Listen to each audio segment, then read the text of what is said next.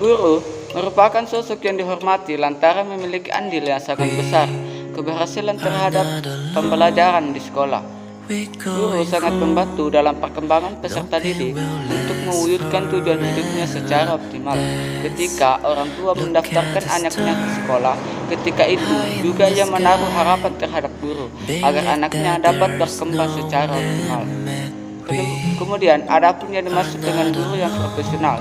Guru yang profesional adalah guru yang menguasai kompetensinya dengan baik. Kalau sudah demikian halnya, maka seorang guru akan mampu mengatasi segala bentuk permasalahannya, khususnya permasalahan dalam pembelajaran di kelasnya masing-masing. Permasalahan akan selalu muncul apabila terjadi kesenjangan antara hasil yang dicapai dengan tumpuan harapan yang diinginkan sebelumnya. Kemudian, ada pun kesalahan-kesalahan yang sering dilakukan oleh guru.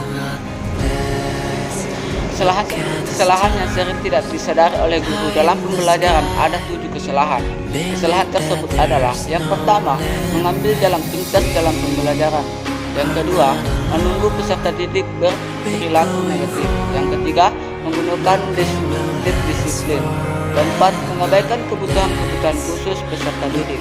Yang kelima, merasa diri paling pandai di kelasnya. Kemudian yang keenam, tidak adil atau diskriminatif. Kemudian yang ketujuh, memaksakan peserta didik.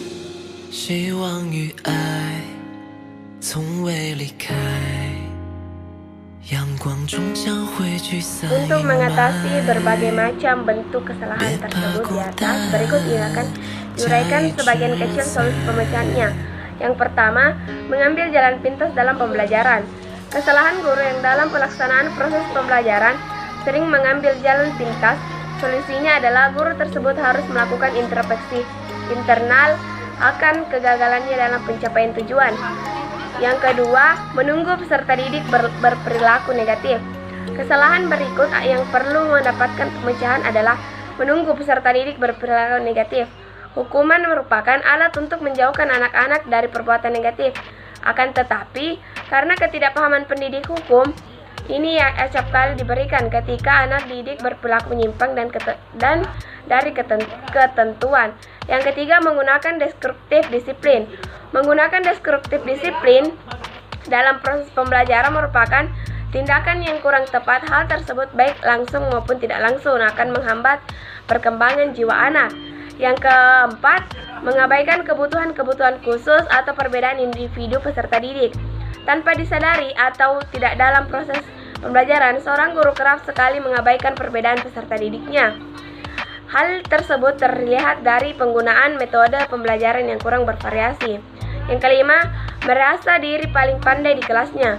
Kesalahan lain yang perlu mendapat perhatian adalah guru yang merasa paling pandai. Kalau hal tersebut terbukti kebenarannya, maka guru tersebut mudah melakukan tindakan yang tidak mendidik. Guru menganggap dirinya paling super, sedangkan anak didiknya dianggap sebagai botol kosong yang hanya siap diisi saja. Yang keenam, tidak adil atau diskriminatif. Ketidakadilan dalam proses pembelajaran akan memunculkan persaingan yang tidak sehat pada anak didik. Di sisi lain, sebagian anak bersemangat dalam belajarnya, tetapi di sisi lain pula anak merasa tersisihkan. Yang ketujuh, memaksakan peserta didik. Hal terakhir yang perlu mendapat perhatian di sini adalah kesalahan guru yang sering memaksakan hak anak.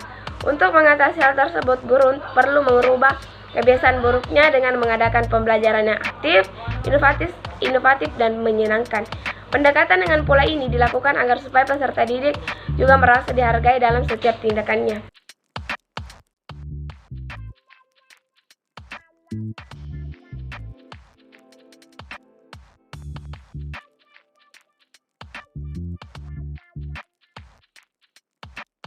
C. Kompetensi guru dan pembentukan karakter yang harus dimiliki oleh seorang guru. Dan untuk mempermudah mengatasi kesalahan-kesalahan, maka seorang guru yang profesional harus memiliki 4 kompetensi. Kompetensi tersebut tertuang dalam Undang-Undang Dosen dan Guru, yakni 1. Kompetensi pedagogi adalah kemampuan mengelola pembelajaran peserta didik. 2. Kompetensi kepribadian adalah kemampuan kepribadian yang mantap, berakhlak mulia, arif, dan berwibawa serta menjadi teladan peserta didik. 3. Kompetensi profesional adalah kemampuan penguasaan materi pembelajaran luas dan mendalam. 4.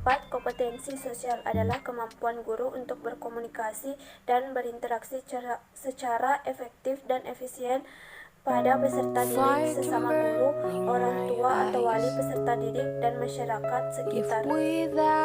Menurut penuturan R. Tartinisi dalam wawasan 14 Mei 2005, ada beberapa upaya yang dapat dilakukan agar beberapa sikap dan perilaku menyimpang dalam dunia pendidikan dapat dihindari. Di antaranya yaitu 1. Menyiapkan tenaga pendidik yang benar-benar profesional yang dapat menghormati siswa secara utuh. 2. Guru merupakan kunci sukses faktor dalam keberhasilan budi pekerti. 3. Budi pekerti dijadikan mata pelajaran khusus di sekolah. 4. Adanya kerjasama dan interaksi yang erat antara siswa, guru sekolah, dan orang tua. Menurut Daniel Manning, ada 16 pilar agar guru dapat mengajar dengan hati.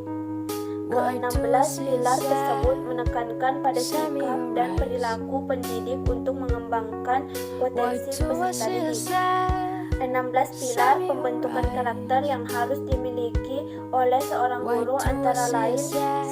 Kasih sayang, 2. Penghargaan, 3. Pemberian ruang untuk pengembangan diri, 4. Kepercayaan, 5. Kerjasama, 6. Saling berbagi, 7. Saling memotivasi, 8. Saling mendengar, 9. Saling berinteraksi secara positif, 10. Saling menanamkan nilai-nilai moral, 11. Saling mengingatkan dengan keteguhan hati, 12. Saling menularkan antusiasme, 13. Saling menggali potensi diri, 14. Saling mengajari dengan rendah hati, 15. Saling menginspirasi, 16. Saling menghormati perbedaan. Jika para pendidik menyadari, memiliki, dan menerapkan 16 pilar pembangunan karakter tersebut, jelas akan memberikan sumbangsi yang luar biasa kepada masyarakat dan negaranya.